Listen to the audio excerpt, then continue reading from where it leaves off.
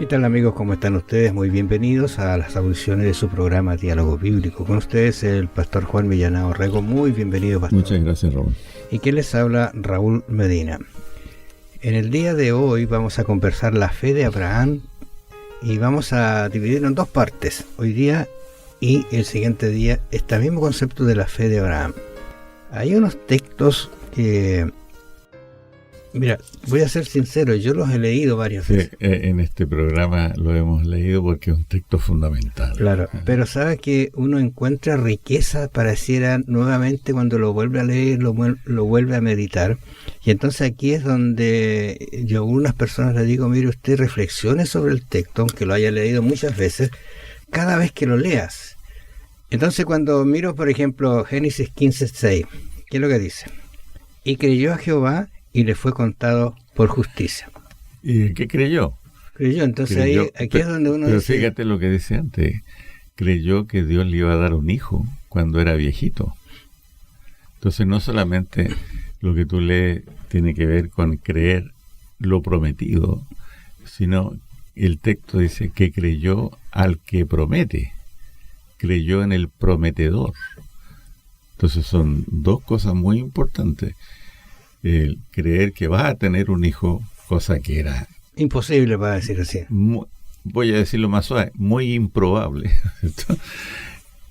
Pero además, el gran mérito de esta fe bíblica, y aquí está la fe bíblica, aquí está la naturaleza y alcance de la fe bíblica, que creyó en el prometedor.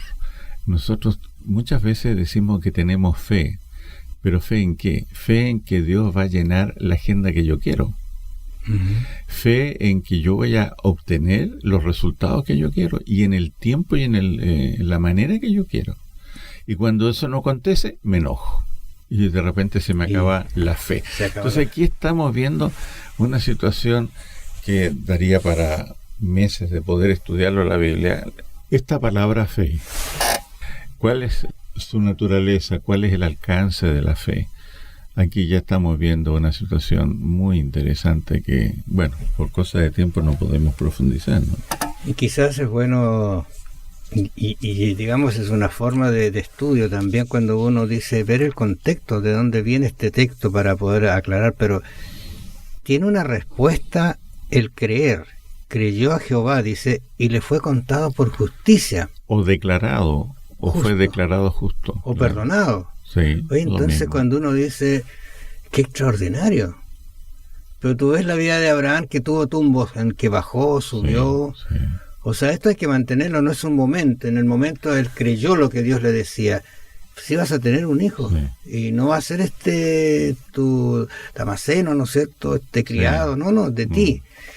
Y yo creo que cuando le contó a la señora, quizás... ¿Sabes que Dios me habló que íbamos a tener un hijo? Bueno, es famoso el hecho de que Sara se rió, ¿no? Pensando en eso, uno dice, ¿qué podría haber pensado Sara cuando se lo contó a Abraham? ¿No sé tú? No sé si se rió de nervio o de alegría, no sé, pero a veces también se llora de alegría.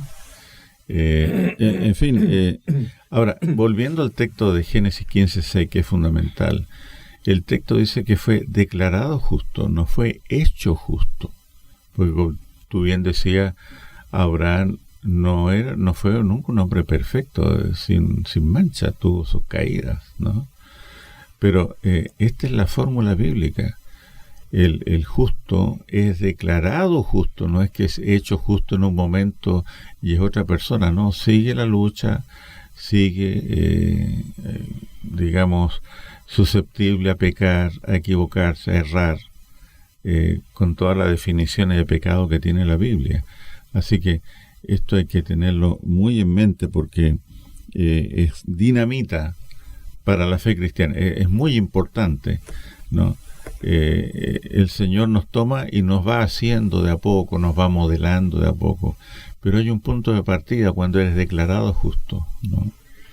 Ahora, uno podría tomar ejemplos bíblicos en que la fe es fundamental en el sentido de encontrarse con Dios, de creerle a Él. Y no creer, como tú decías recién ahí, creer en base a algo, un gusto mío, sino a lo que Dios quiere que sea, porque Dios nos ve pasado mañana y el futuro y siempre. Entonces, tu mejor camino es este. Pero uno vive con una limitación que tiene el ser humano y a veces le pide a Dios cosas que Dios dice, ¿por qué me pides esto si eso no te sirve? Pero yo lo estoy viendo que me sirve. Ahora en este caso, que creer es contado o declarado justo extraordinariamente lindo. Estoy pensando, me vino a la mente cuando hablaba de este texto y en este instante aquí, la mujer que le tocó el manto de Jesús. Uno mira el relato, a lo mejor piensa, bueno, ella, ¿qué es lo que tenía? Se había visto, dice, incluso la Escritura hace un detalle de que miró y consultó a muchos médicos y no hubo caso que la sanaran. Pero bastó tocar el manto. Entonces, ¿qué es lo que pasa allí? ¿Qué es lo que sucede? Ella tenía fe en el dador de la vida. Sabía que era el único que después de todo lo que hizo podía sanarla, pero no podía llegar. Entonces se acercó con dificultad, toca el manto, y la Escritura hace un detalle muy importante, que al instante dice, o sea, Jesús no la habló, no lo miró, después la habló, pero al instante ella sintió la sanidad. O Jesús mismo sintió que había salido poder de él. Jesús también dice que salió de él poder. Sí, o sea, también. Interesantes esos detalles para contemplar y analizar lo que esto significa creer y ser contado como justo. Aquí hay una cuestión esencial, Raúl, y que es que la justicia que nos salva es una justicia que nos es acreditada, imputada, ¿ya? Uh-huh. No es algo que nosotros hemos ganado o merecemos, ¿ya? Así que somos declarados justos a la vista de Dios a pesar de nuestras faltas. El amor de Dios siempre es a pesar de, no es como consecuencia de un acto mío o de una transformación que yo mismo operé, no, es siempre a pesar de nuestras faltas. Significa entonces que el Dios del cielo nos considera justos aunque no lo seamos. Por eso Martín Lutero decía que somos simultáneamente justos y simultáneamente pecadores. Increíble Martín Lutero, la teología que adquirió, digamos, por su estudio, ¿no?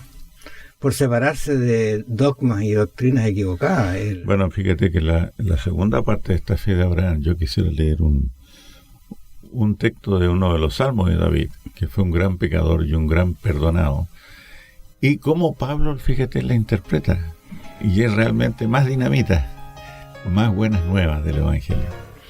Bueno, yo les dejo para que ustedes lean Romanos 4 del 1 al 7, pero voy a leer solamente dos preguntitas que dicen, ¿qué? Pues diremos que halló Abraham nuestro padre según la carne. Porque si Abraham fue justificado por las obras, tiene de qué gloriarse, pero no para con Dios. El lindo concepto. Vamos a seguir conversando mañana sobre este tema. Que el Señor los bendiga. Bendiciones.